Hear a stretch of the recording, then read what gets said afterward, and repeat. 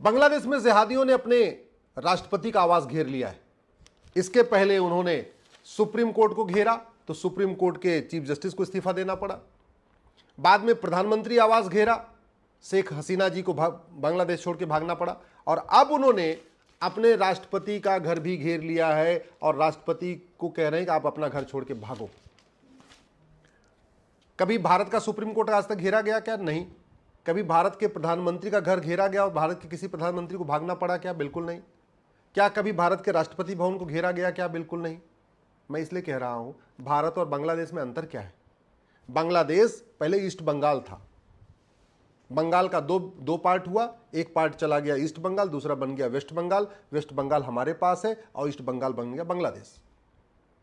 और आज स्थिति यह है कि सुप्रीम कोर्ट के जज वहां इस्तीफा दे दे के भाग रहे हैं, प्रधानमंत्री वहां से भाग रही हैं, राष्ट्रपति भी भागने वाले हैं, बहुत सारे सांसदों ने इस्तीफा दे दिया है। और बांग्लादेश में खासतौर पे जो हिंदू डॉक्टर हैं, इंजीनियर हैं या क्लर्क हैं, चाहे वो कलेक्टर हैं, चाहे कप्तान हैं, उनसे जबरदस्ती इस्तीफा दिलवाया जा रहा है। अब तक हजारों की संख्या में हिंदू इस्तीफा दे चुके हैं अपनी सरकारी नौकरी से। बांग्लादेश में भी संविधान था जैसे भारत में संविधान है, बांग्लादेश में भी सुप्रीम कोर्ट थी जैसे भारत में सुप्रीम कोर्ट है, बांग्लादेश में भी सेना है जैसे भारत में सेना है, बांग्लादेश में भी कलेक्टर कप्तान है जैसे भारत में कलेक्टर कप्तान है। तो सवाल यह है कि जो समस्या बांग्लादेश में है वो भारत में क्यों नहीं है? अंतर क्या आपको लगता है? संविधान के कारण? भारत में लोग सुरक्षित हैं, संविधान के कारण नहीं है। भारत के प्रधानमंत्री इस्तीफा देकर नहीं भागते तो इसलिए नहीं कि भारत का संविधान उनको बचा के रखा है, भारत में हिंदू बहुसंख्यक है। भारत के सुप्रीम कोर्ट के जजों को इस्तीफा देकर भागना नहीं पड़ता है। अभी बांग्लादेश का एक सुप्रीम कोर्ट के जज तो बॉर्डर पे मिला, उसको बीएसएफ वालों ने पकड़ा, वो भारत में घुसने की कोशिश कर रहा था। कभी आपने सुना कि भारत के सुप्रीम कोर्ट के जज भाग रहे हैं, उनको खदेड़ा गया? और नहीं। क्यों? संविधान नहीं, सेना उनको नहीं बचा रही है, संविधान उनको नहीं बचा रहा है, पुलिस प्रशासन नहीं बचा रहा है। भारत में हिंदू बहुसंख्यक हैं इसलिए वो सुरक्षित है। मैं बार बार कह रहा हूं, भारत के सारे नेता, अभिनेता, लेखक, बुद्धिजीवी, पत्रकार, कलमकार, लेखक अच्छी तरीके समझ लें, आपको संविधान नहीं बचा रहा है, हिंदू बहुसंख्यक हैं इसलिए आप आराम से रहते हैं। आप कोई भी फैसला दे देते हैं माननीय सुप्रीम कोर्ट के जज, हाई कोर्ट के जज, फिर भी कुछ भी नहीं होता, अराजकता नहीं फैलती। क्यों? क्योंकि यह हिंदू बहुसंख्यक है। बांग्लादेश के छोड़िए, मैं एक एग्जांपल आपको पाकिस्तान का देता हूं। कुछ दिन पहले पाकिस्तान में सुप्रीम कोर्ट के जज ने बोल दिया था कि गैर मुसलमानों को भी अपना एक समान धार्मिक अधिकार है। भारत में तो रोज बोलते रहते हैं, भारत की एक कोई न कोई हाई कोर्ट या सुप्रीम कोर्ट हर हफ्ते ये कहती है कि भारत में सब लोग एक समान है और सबको समान धार्मिक अधिकार है। ये बोलते रहते हैं। आज तक कभी सुप्रीम कोर्ट किसी ने घेरा क्या? नहीं घेरा। पाकिस्तान में एक बार बोला है आजादी के बाद कि सभी पाकिस्तान में रहने वाले सभी नागरिकों को धार्मिक स्वतंत्रता एक समान है, पाकिस्तान में रहने वाले सभी एक समान है। नतीजा यह हुआ, पूरे सुप्रीम कोर्ट पे धावा बोल दिया और सुप्रीम कोर्ट के जजों को बाकायदा सेना बुलानी पड़ी, सारे कोर्ट छोड़ छोड़ के जाके अपने चैम्बर में जाके बैठे और वहां से सेना उनको सुरक्षित निकाल के ले गई है। यह नतीजा हुआ है। पाकिस्तान में भी सुप्रीम कोर्ट है, पाकिस्तान में भी संविधान है, पाकिस्तान में भी सेना है, पाकिस्तान में भी कलेक्टर है, पाकिस्तान में भी कप्तान है। लेकिन वहां पे सांसदों की क्या हालत है, वहां के प्रधानमंत्रियों की क्या हालत है, वहां के जजों की क्या हालत है, आप खुद देख लीजिए। बार बार पाकिस्तान में सत्ता परिवर्तन होता है, क्यों? और भारत में नहीं होता। भारत में राजनीतिक स्थिरता क्यों है? जानते हैं? हिंदू बहुसंख्यक। भारत में सुप्रीम कोर्ट कोई भी फैसला दे देती, कभी जलीकट्टू का फैसला, कभी किसी भी चीज का फैसला, फिर भी शांति रहती है। क्यों? क्योंकि हिंदू बहुसंख्यक है। भारत में सुप्रीम कोर्ट बार बार कहता है सब एक समान है, जबकि धर्म और रिलीजन में जमीन आसमान का अंतर है। धर्म जोड़ता है, रिलीजन तोड़ता है। धर्म और मजहब कभी एक समान हो ही नहीं सकते, और सारे पंथ भी एक समान नहीं हो सकते। जैसे पांचों उंगलियां एक समान नहीं हो सकती ना, ऐसे सारे पंथ एक समान नहीं होते। जैनिज्म की टीचिंग बिल्कुल अलग है, बुद्धिज्म की टीचिंग बिल्कुल अलग है, सिखिज्म की टीचिंग बिल्कुल अलग है, और क्रिश्चियनिटी की टीचिंग बिल्कुल अलग है, और इस्लाम की टीचिंग बिल्कुल अलग है। आप देख लीजिए, बिल्कुल अंतर है। सच्चाई यह है, मजहब ही सिखाता है आपस में बैर रखना। इसके बावजूद हमारे सुप्रीम कोर्ट के जज बार बार कहते रहते हैं कि नहीं नहीं, मजहब नहीं सिखाता आपस में बैर रखना, सब एक समान है, और फिर भी कोई अराजकता नहीं फैलती। यहां पे भारत का सुप्रीम कोर्ट मदरसों को प्रोटेक्ट करता है। पाकिस्तान के सुप्रीम कोर्ट के जजों की इतनी हिम्मत नहीं है कि वहां के वो गुरुकुल को प्रोटेक्ट करने की हिम्मत करे।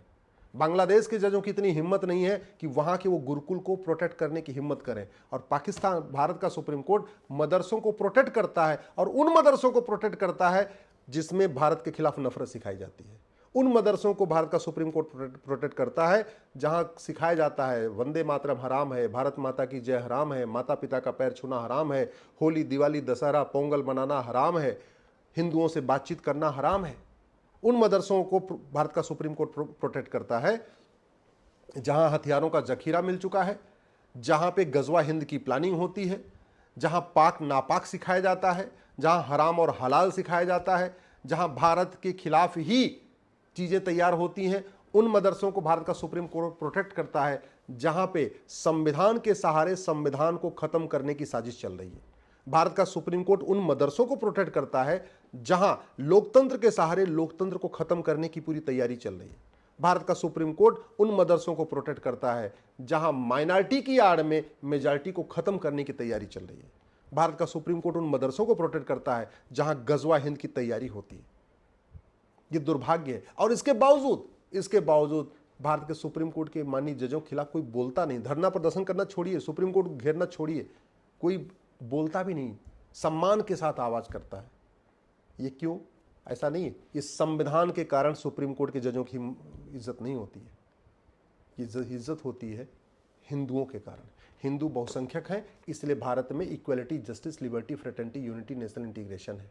हिंदू बहुसंख्यक है, इसलिए आर्टिकल 14 चल रहा है, equality before law, equal protection of law. Hindu बहुसंख्यक है, इसलिए आर्टिकल 15 चल रहा है, जहां कहा, इसमें लिखा हुआ है कि भेदभाव नहीं करना है। हिंदू बहुसंख्यक है, इसलिए सबको समान अवसर दिया जाता है आर्टिकल 16 के अंतर्गत। हिंदू बहुसंख्यक है, इसलिए आर्टिकल 19 के अंतर्गत सबको बोलने की आज़ादी है, सोचने की आज़ादी है, लिखने की आज़ादी है, तर्क वितर्क करने की आज़ादी है। आप रामायण पे लाख तर्क वितर्क करिए, किसी का गला नहीं कटेगा। ये माननीय सुप्रीम कोर्ट के जज भी अच्छी तरीके समझ ले। आप भगवत गीता पे शास्त्रार्थ करिए, किसी का गला नहीं कटेगा। रामायण पे ढोल गवार शूद्र पशुनारी पे जितने तर्क वितर्क करना है करिए, किसी का गला नहीं कटेगा। और करते रहते हैं, नेता आए दिन करते रहते हैं अपना वोट के चक्कर में।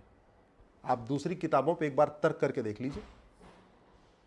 एक वसीम रिजवी ने 26 आयतों को चैलेंज किया था सुप्रीम कोर्ट में, और वो 26 आयतों में क्या लिखा हुआ है उसको जस्टिस नरीमन ने कोर्ट में पढ़ने भी नहीं दिया। सोचिए कितना बड़ा खौफ है। जबकि भी रामायण को कोई चैलेंज करे तो खूब आराम से बहस होगी, भगवत गीता को चैलेंज करे खूब बहस होगी, वेद को चैलेंज करे खूब बहस होगी। 26 आयतों को चैलेंज किया वसीम रिजवी ने। जस्टिस नरीमन की इतनी हिम्मत नहीं हुई कि एक बार उन 26 आयतों को कोर्ट में पढ़ने दें, पढ़ने तक नहीं दिया, 50,000 रुपए पेनल्टी लगा दिया था। यह सिचुएशन है। इसलिए मैं भारत के संविधान निर्माताओं से कह रहा हूं, अच्छी तरीके दिमाग में लगा लीजिए। ये मजहब नहीं सिखाता आपस में बैर रखना, इसको दिमाग से लगा दीजिए। पूरे दुनिया में मजहब की ही लड़ाई चल रही है। जो इजराइल की लड़ाई चल रही है वो क्या है आप देख लीजिए। सीरिया में क्या हो रहा है, यजीदियों के साथ क्या हो रहा है, यमन में क्या हो रहा है, आप हमसे ज़्यादा समझदार हैं, आप खुद जानते हैं। और भारत में क्या हुआ है, कश्मीर में क्या हुआ था, आप खुद जानते हैं, इस पर कहने की ज़रूरत नहीं है। 1947 में क्या हुआ था, इसको बताने की ज़रूरत नहीं है। और 1947 में अगर सब कुछ नॉर्मल डिवीज़न हुआ था तो फिर मजहब देख देख के क्यों मारा गया था? फिर तो आराम से डिवीज़न होने देते, 15 दिन 20 दिन महीने भर का टाइम देते, सब लोग इधर से उधर शिफ्ट कर लेते। फिर मारा क्यों, हत्या क्यों किया, बलात्कार क्यों किया? मैं माननीय सुप्रीम कोर्ट के जजों से निवेदन करूंगा, एक बार जरा, अब आडवाणी जी तो बुजुर्ग हो गए, आपको बता नहीं पाएंगे, जेठमलानी जी रहे नहीं इसलिए आपको बता नहीं पाएंगे, लेकिन मैं बहुत सारे पाकिस्तान से आए हुए शरणार्थियों से मिल चुका हूँ। मैं जानता हूं कि आडवाणी जी के साथ क्या हुआ था पाकिस्तान में, जेठमलानी के साथ पाकिस्तान में क्या हुआ था, पृथ्वीराज कपूर क्यों भागे थे, अब मिल्खा सिंह पाकिस्तान छोड़ के क्यों भागे, गुलजार साहब पाकिस्तान छोड़ के क्यों भागे, मोहिंदर अमरनाथ पाकिस्तान छोड़ के क्यों भागे, सुनील दत्त पाकिस्तान छोड़ के क्यों भागे, प्रेम चोपड़ा पाकिस्तान छोड़ के क्यों भागे, ऋतिक रोशन के दादा रोशन साहब पाकिस्तान छोड़ के क्यों भागे? अरे मजहब के आधार पर भारत का विभाजन हो गया और आप आज भी मजहब नहीं सिखाता आपस में बैर रखना। ये स्टॉकहोम सिंड्रोम से आप बाहर कब आओगे? ये नार्सिज्म, मेगलोमोनिया और स्टॉकहोम सिंड्रोम, ये 3 बीमारियां भारत को बर्बाद कर देंगी अगर जनता नहीं जागी तो। इसलिए मैं आपसे निवेदन कर रहा हूं, इस वीडियो को अपने जानने वाले सभी नेताओं, अभिनेताओं, लेखकों, बुद्धिजीवियों को भेजिए, पत्रकारों, कलमकारों को भेजिए। जागरण होगा मानसिकता बदलेगी तो भारत बचेगा, नहीं तो जैसे पाकिस्तान निकल गया हाथ से, अफगानिस्तान हाथ से निकल गया, बांग्लादेश हाथ से निकल गया, मालदीव हाथ से निकल गया, ये सब हिंदू राष्ट्र हुआ करते थे। और भारत में 9 राज्यों में हिंदू खत्म हो गए, 800 जिलों में से 200 जिलों में खत्म हो चुके हैं, 6000 तहसीलों में 1500 तहसीलों में खत्म हो चुके हैं, बॉर्डर की 300 तहसीलों में 300 की 300 तहसीलों में खत्म हो चुके हैं। 20-25 साल के बाद फिर वही होगा जो 1947 में हुआ था। अगर नहीं सुधरे, खासतौर पर इस संविधान के शपथ लेने वाले सांसद, विधायक, मंत्री और जज अगर नहीं सुधरे, तो जो 1947 में हुआ था वो सब 2047 में होगा।